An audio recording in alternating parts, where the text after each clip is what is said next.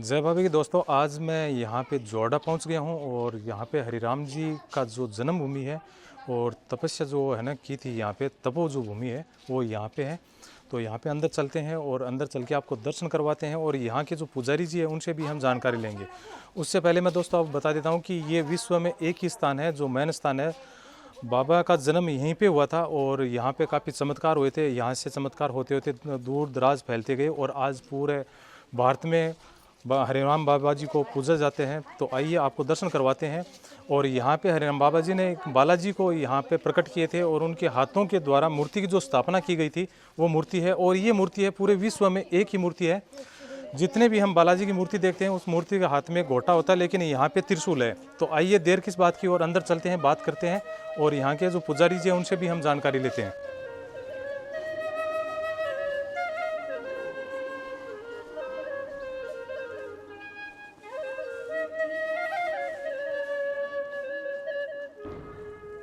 तो अब हम पहुंच गए हैं जहां पे बाबा जी का जन्म हुआ था, उस जगह पे हम पहुंच गए हैं और आपको दर्शन करवा रहे हैं।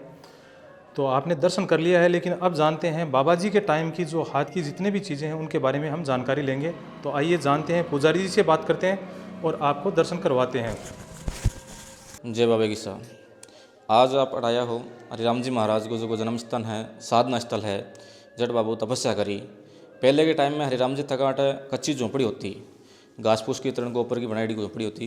बिग मायने बाबा जी महाराज आपकी तपस्या स्थल बनाई और पूजा पाठ करता। पूजा पाठ के मायने वीर हनुमान जी महाराज की मूर्ति है जगह स्थापना करी। आ मूर्ति आपने सामने दिख रही है, मूर्ति विश्व प्रसिद्ध मूर्ति है दक्षिण मुखी वीर हनुमान जी महाराज की। विशेषता मूर्ति की यह है कि आप बालाजी की मूर्ति देखा, हनुमान जी की मूर्ति कटे भी देखा, जके के मायने आपने गोटो दर्शन में दिखे है हाथ के मायने, लेकिन ये मूर्ति के हाथ में आपने त्रिशूल दिखा है। मेन भगवती की पूजा की है बात त्रिशूल की है। विशेष रूप में आप देखो गौर करके तो बालाजी के हाथ के मायने त्रिशूल है। दक्षिण मुखी वीर हनुमान जी महाराज की मूर्ति है भी के मायने। और बाबा जी तपोस्थल करता तपस्या स्थल में जो पूजा को स्थान जमाड़ो है, बिक मायने बाबा जी के साड़क राम जी है, शंख है, वीर हनुमान जी की और भी मूर्तियां हैं, लक्ष्मी जी की मूर्तियां हैं, खड़ाऊ है, बेरू जी की मूर्ति है, सब स्थापना करेड़ी स्थान है। और कच्ची झोंपड़ी के मायने भी बाबा जी जब तपस्या करता भी मैं धुणो रमायडो, वो कच्चो धुणो जो बांग हाथ को बनाएडो है। अंदर की जगह बनावट बात सारी बांग हाथ की है, पक्को कार्यक्रम बाहर को जो निर्माण है जो नयो करेड़ो है, खाली अंदर सारो बांग हाथ की बनाई भी हिसाबी है बनावट जगह। साधना स्थल के मायने जो धुणो बाबा जी जगह था, बिक पास में एक अखंड ज्योत के रूप में दीपक विराजमान है। वो अखंड ज्योत हरिराम जी के समय की चालती आ रही है। बिग बाद में मांगा छोटा भाई मंगीलाल जी महाराज, मोहनलाल जी महाराज और वर्तमान में हनुमान जी पुजारी जगह प्रतिदिन 8 सुबह ज्योत करे अखंड और वो दीपक है जो अखंड रखा करे। हरिराम जी महाराज के साधना स्थल में आपने देखने को मिलती हुई। और ये धुणे ने प्रतिदिन चेतन करने को नियम है। हरिराम जी जब चेतन करने छोड़ गया अभी दिनों लेकर के और आज दिन तक प्रतिदिन सुबह सुबह चेतन हुआ करे, सुबह बाबा जी की ज्योत हुआ करे प्रतिदिन अटे और नई ताज़ा भभूति का निर्माण हुआ करे। बिक बाद में आपने मैं दिखाऊँ बाबा जी का मन एक माँ रहता अठाई तपस्या करता अठाई सोता, तो बाबा जी को वो माचो है, वो माचो मूंज की बनाएडो है। एक मात्र बिस्तर लगाएड़ा बाबा जी सोता जगह पर, रजाई पत्थरनो बाबा जी को तकियो लगाएडो है। और साथ में जबकि माला फेरता माला भी रखीड़ी है, जबकि बेग आपके हाथ में रखता जबकि जरूरतमंद सामान रखता बा भी अट रखीड़ी है। जको होको पीता वो होको भी अट रखीड़ो आप देख सको।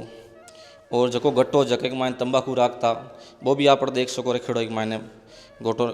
और जकी पानी की केतली जकी रखता सफ़र में और में जाता तो बा केतली भी विराजमान है। और कमंडल जको परमानेंट हाथ में रखता हमेशा वो भी अठे रखीड़ो है। धुणे पर चिमटो रखता, चिमटो भी वो रखीड़ो है। जबकि पुस्तक में पढ़ता, पुस्तक में ज्ञान रखता, पांडित्य क्रम भी कराता, पंचांग वगैरह भी देखता, तो पंचांग भी मारे रखीड़ा जगह बाबा जी का हाथ का सारा। ये बड़ा बड़ा जगह आपने दिखे पानी का नारियल है, बी टाइम बाबा जी का हाथ का रखीड़ा पानी का नारियल है, जगह बहुत बड़ा दिख रहा है आपने। और साथ में बाबा जी जबकि इसमें ये जो सबसे पुराना जो नारियल है लगभग कितना समय हो गया? लगभग बाबा जी टाइम का ही है, तो आप मान लो 85-86 वर्ष पहले का ही है आपको पानी का नारियल है जो बड़े वाला नीचे वाला। और बाबा जी एकदम 7 फुट हाइट के थे, धोती चौड़ा गमछा सापा लगाते थे, तो हाथ में 6 फुट लंबी लगभग डांग रखते थे अपने हाथ में, 6 गांठ की डांग रखते थे। वो डांगड़ी भी यहाँ पर स्थापित है, 2 डांगड़ी और भी है जो यात्रा में जाते थे पशु जीव जानवर को ध्यान में रखने के लिए।